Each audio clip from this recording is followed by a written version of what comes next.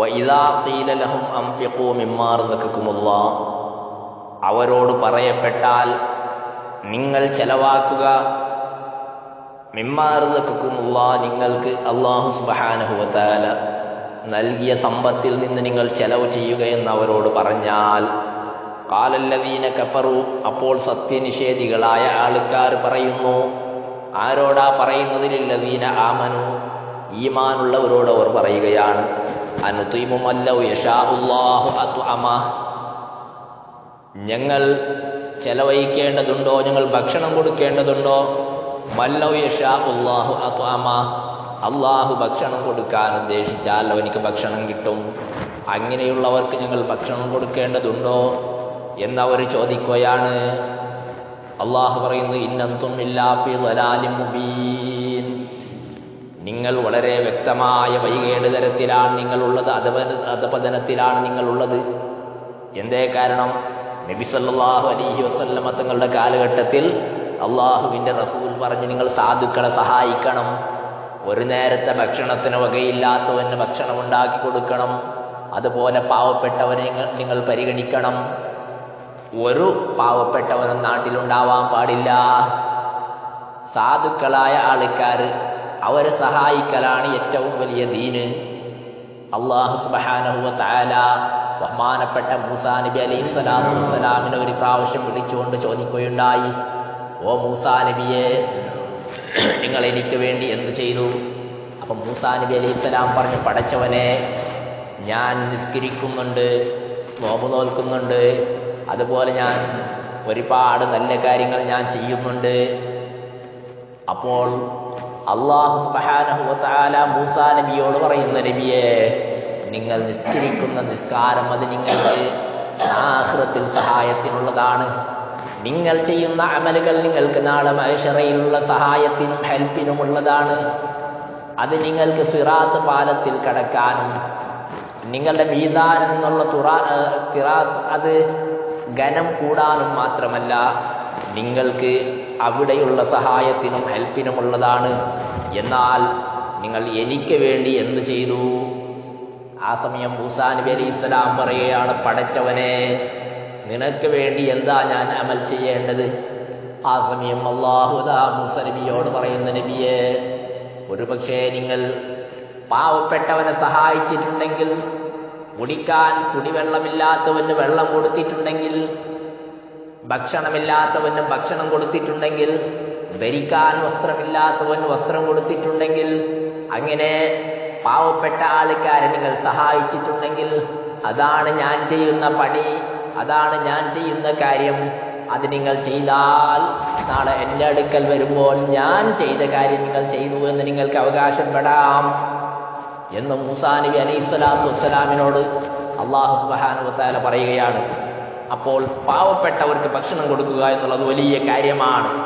അങ്ങനെ പറഞ്ഞാൽ ഈമാനില്ലാത്തവർ അവർ പറയും, അള്ളാഹ് ഉദ്ദേശിച്ചാൽ അവർക്ക് കൊടുക്കൂലേ, പിന്നെ നമ്മളെന്തിനാ ഒരു ഭക്ഷണം കൊടുക്കല്? സുഹൃത്തുക്കളെ, കൊടുക്കുന്നവൻ അള്ളാഹുവാണ്, എല്ലാം കൊടുക്കുന്നവൻ അള്ളാഹു സുബ്ഹാനഹു വ തആലയാണ്. പക്ഷേ അവൻ ചിലതിന് ചില കാരണങ്ങൾ നിശ്ചയിച്ചു വെച്ചിരിക്കുകയാണ്. ആ കാരണത്തോട് ബന്ധപ്പെട്ടുകൊണ്ട് നമുക്ക് ആവശ്യമുള്ള കാര്യങ്ങൾ നാം നേടണം. ഇവിടെ അള്ളാഹു തരാന്ന് പറഞ്ഞാൽ അള്ളാഹു ആകാശത്ത് ഇങ്ങനെ സ്വർണവും വെള്ളിയും ഇറക്കുക എന്നല്ല. അതിനുള്ള സബബുകൾ, അതിനുള്ള കാരണങ്ങൾ ചിലതായിട്ട് അവൻ നിശ്ചയിച്ചിരിക്കുകയാണ്. അല്ലാഹു സുബ്ഹാനഹു വ തആല ഒരാൾക്ക് ഒരു കാര്യം, നല്ലതോ ഒരു ചീത്തയോ, കൊടുക്കാൻ വേണ്ടി തീരുമാനിച്ചാൽ അവൻ എന്താ ചെയ്യുന്നത്? ഡയറക്റ്റായി അള്ളാഹ് കൊടുക്കുകയല്ല, മറിച്ച് കാരണങ്ങൾ ബന്ധപ്പെട്ടുകൊണ്ടാണ്. ഉദാഹരണത്തിന്, ഈമാൻ കാര്യത്തിന്റെ 6ാമത്തെ കാര്യമാണ് ഖൈറും ഷർറുമായ എല്ലാ കാര്യങ്ങളും അള്ളാഹുവിൽ നിന്നാണ് ഉണ്ടാവുക എന്ന് വിശ്വസിക്കുക. അപ്പോൾ ഇന്ന് ചില ആൾക്കാരുണ്ട്, അവർ വിശ്വസിക്കുന്നത് എന്താണ്? ചില കാര്യങ്ങൾ അള്ളാഹു കൊടുക്കുകയാണ്, ചില കാര്യങ്ങൾ മനുഷ്യന്മാർ കൊടുക്കുകയാണ്. അത് എങ്ങനെയെന്ന് വെച്ചാൽ ഇപ്പോൾ വിശദീകരിക്കാൻ സമയമില്ല, എങ്കിലും നിങ്ങൾ മനസ്സിലാക്കാൻ വേണ്ടി ഷോർട്ടായി പറയാം. എല്ലാ കാര്യങ്ങളും അള്ളാഹുവിൽ നിന്നാണെന്നല്ലേ നമ്മൾ പറയുന്നു. ഇയ്യാക നഅ്ബുദു വഇയ്യാക നസ്തഈൻ. എല്ലാ കാര്യങ്ങളും അള്ളാഹുവിനോട് ചോദിക്കണമെന്നാണ്. എല്ലാ കാര്യങ്ങളും അള്ളാഹു തരുന്നവൻ.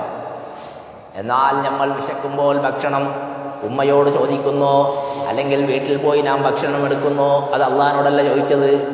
അതേസമയം നമുക്ക് അരി വേണം, റേഷൻ കടയിൽ പോകുന്നു, അള്ളാഹിന്റെ അടുത്തല്ല പോയത്, അള്ളാഹിന്റെ അക്കൗണ്ടിലേക്കല്ല പോകുന്നത്.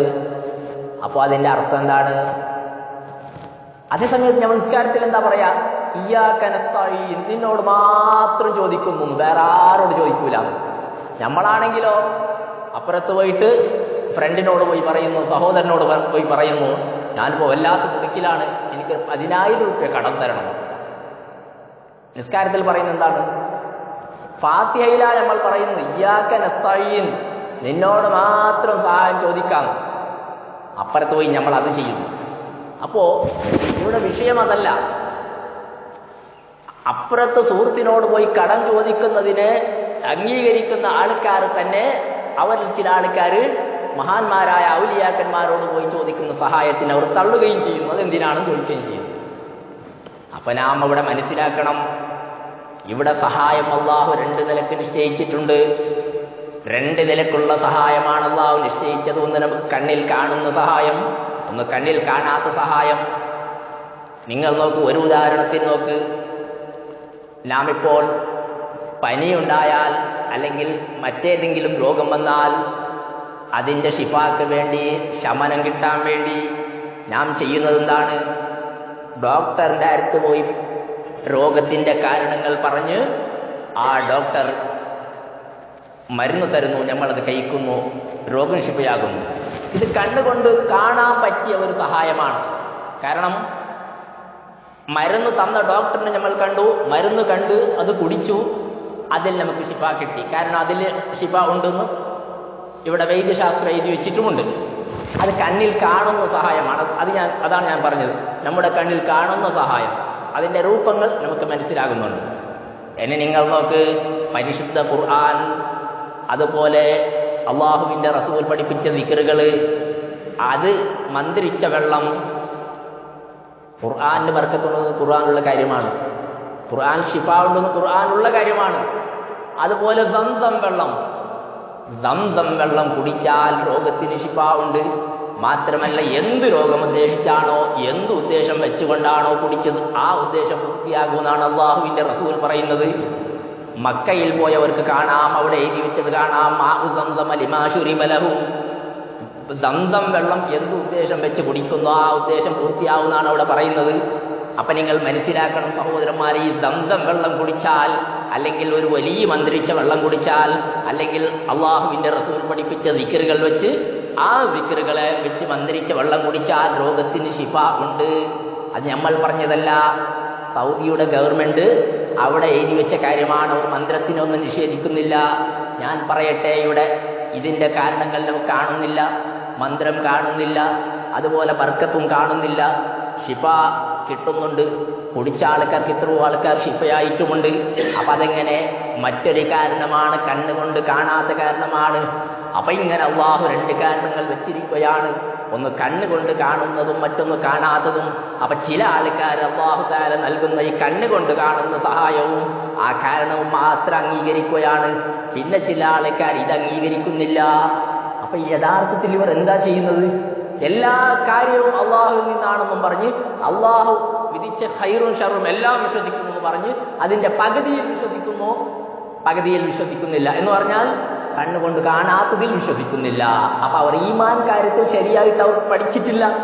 ഈമാന്റെ 6ാമത്തെ കാര്യം അവർ ശരിക്കും വിശ്വസിച്ചിട്ടില്ല.